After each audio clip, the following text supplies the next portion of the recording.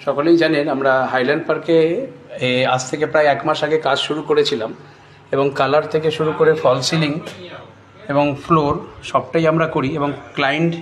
Requirement অনুযায়ী যেখানে যেরকম কাজ করার সুযোগ থাকে আমরা সেই ধরনের কাজ করি। তো এই মুহূর্তে আমি হাইল্যান্ড পার্কে এসেছি, প্রায় এটাও শেষের দিকে, অর্থাৎ আমি বারংবারই বলি আমরা একের পর এক প্রজেক্ট নিই এবং একের পর এক প্রজেক্ট হ্যান্ডওভার করি এবং সঠিক সময়ের মধ্যে এবং কাজের কোয়ালিটি ঠিকঠাক রেখে। তো এই মুহূর্তে আমার ঘরের প্রায় রঙের কাজ শেষ এবং ছোটো ছোটো যে সমস্ত ফার্নিচার ওয়ার্ক,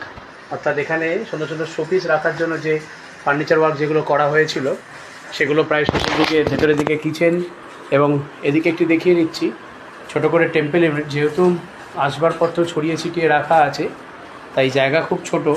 কিন্তু যখন ক্লায়েন্ট এখানে ছিলেন না তখন আমরা সমস্তটা জুড়েই সব কিছু কাজগুলো করেছি। এখানে যে আমরা প্যানেলিং করেছি সেই প্যানেলিং